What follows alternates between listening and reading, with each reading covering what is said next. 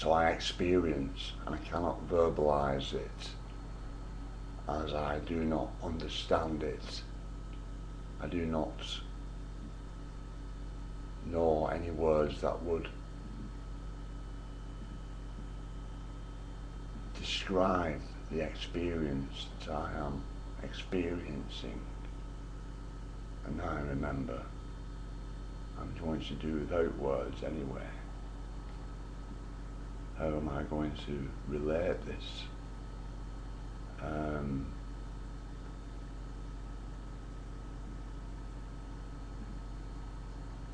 a stirring manner, there's a word for it, one of those nice words, beautiful words. And in return, I am experiencing this. It is real to me, physically. And what is occurring is a interactive, biological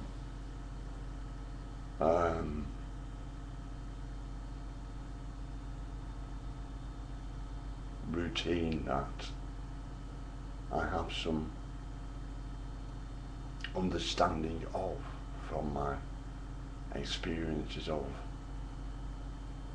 well, a breather all day, every day, possibly, apparently, maybe. I've yet to fully verify that. And the experiences I have had with breath and the apparent modes, forms of experiencing it through substance abuse. I'm having an experience I cannot describe verbally, as I do not know the words nor the routine that is occurring. So I utilize the circumstance to wonder. I am going to use no words. I'm going to communicate without words. Here is an instance where I am experiencing something. How would I convey it to another without words?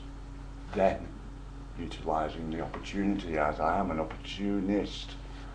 And whilst there is negative connotations in such a definition, Anthony, that's a definition, I forgive myself that I've allowed myself to define myself as an opportunist.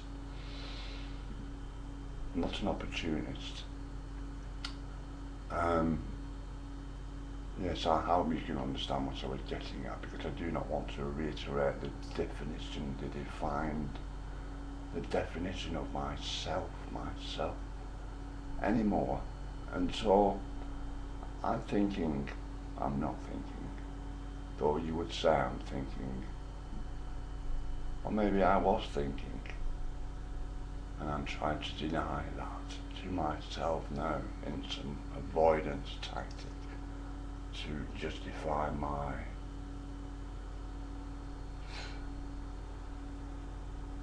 the humour's removed, and it would be manipulative to say clueless, which is what I would have done humorously. It says manipulatively. Anyway,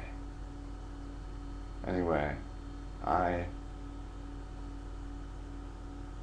wonder how I'm going to convey this experience without words to another. And guess what? I get to pictures. Now I already know pictures are,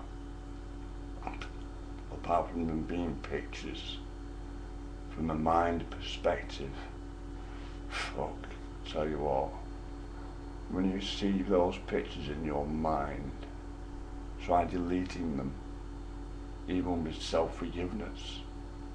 Gosh. For me to expound further would be to reinstall them within my own conscious experience of myself, which would be one of those things that where you objectively exercise is one thing, and by doing the exercise to reach the object, it's probably polarity, contradiction. I don't know the words. I don't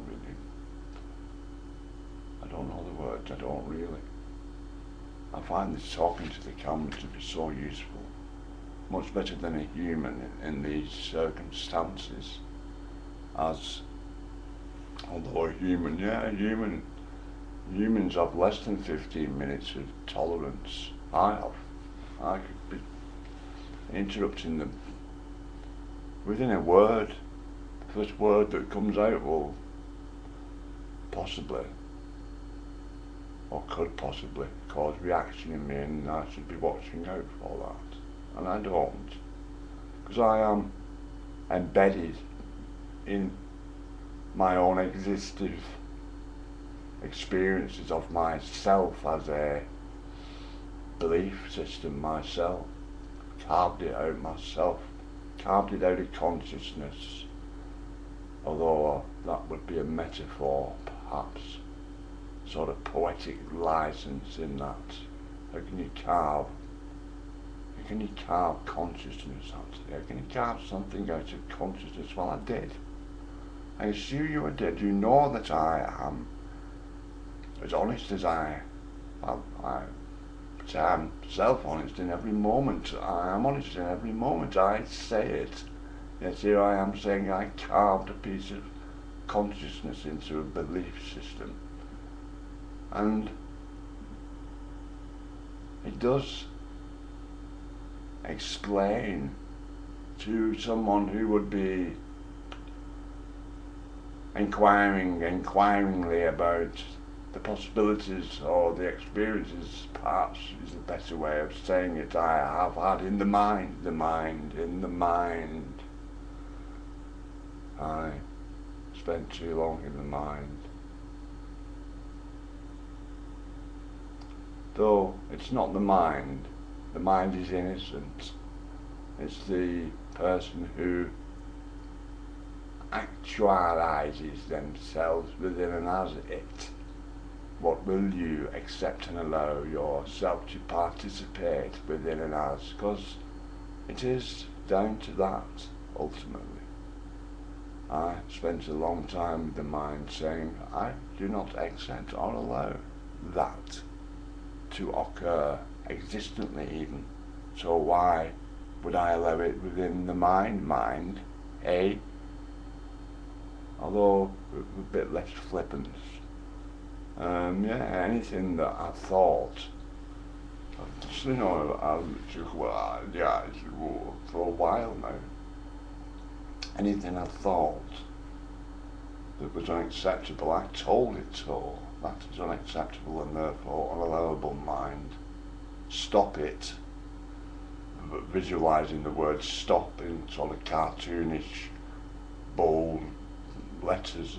They write it on the road round here, so anybody needs a sort of visual reference point to substantiate one's pictorial. The mind, I'll tell you now, the mind is full of deception. Let me say this first, the mind is full of deception. Once it realises, once it realises that you are trying to stop it itself, then, or stop participating within and as it will then start to lure you in with, well, I'm at a point where it's trying to where it is backchatting me in directive ways, in the directions I would take myself. So at the very least I have to backchat to it to tell it that I would do that anyway, which is participating in backchat, or give it some energy by considering it the opposite of the backchatted direction. And then I said, I'll say this then, was as a consequence of this. The mind is full of deception, of that there is no doubt, though, as I am one and part of the mind, although the mind itself is a entity itself within.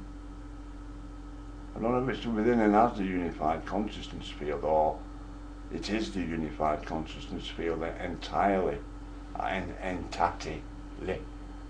So there is deception within and as the mind, or while I am the mind itself, myself,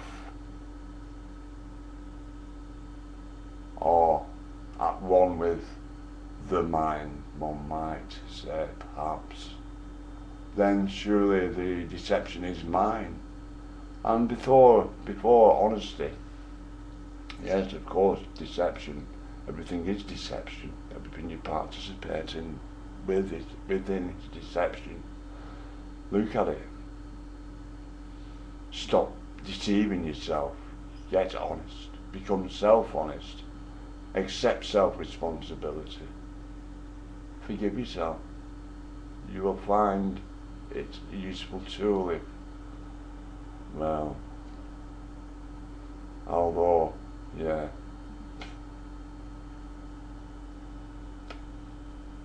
dangerous, yeah, the word dangerous, too strong a word, dangerous. I'm a bit, that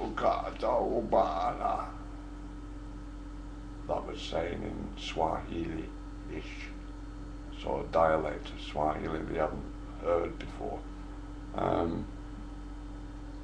You cannot harm yourself with self-forgiveness, though. I'm not too sure. Some of the mind trips I've been on myself, with the mind, myself, and what it has had me, what it has tried or attempted me with belief-wise. Well, I don't hold much hope, not that I hold hope anyway, it being a concept of reassurance. I don't hold any hope for the everyday folk, the wombles leave behind, because folk, they can't understand that the taxpayers don't create money. They are just participants in the system, and they are being hypnotised as the taxpayers. We're the taxpayers, we pay tax, we work, we earn money, and we pay tax. And where does the money come from? It comes from work. And you're going to have to think about that one, though. Whose money is it? It's the taxpayers. They don't stand a fucking chance in the experiences I have had within and as the mind, as experience, and therefore, well, I suppose they stand a chance in that if they can't understand that money is not the taxpayers and it just doesn't come from work, that there are outflows and consequences and interactions to consider. What the fuck? They're alive as well, you know. People would say, but there's snakes on the ground. Yeah, them snakes on the ground. That's what I said in the first video I made in response to the professor about the squirrels and the equal life signs on the car bumper sticker. I can't remember what word it was. The animals, they know without knowledge. They're more aware of existent reality as it actually is than your taxpaying worker. And And who says who's more use? Well, these days, the tax-paying worker is surplus to requirements, really, isn't it?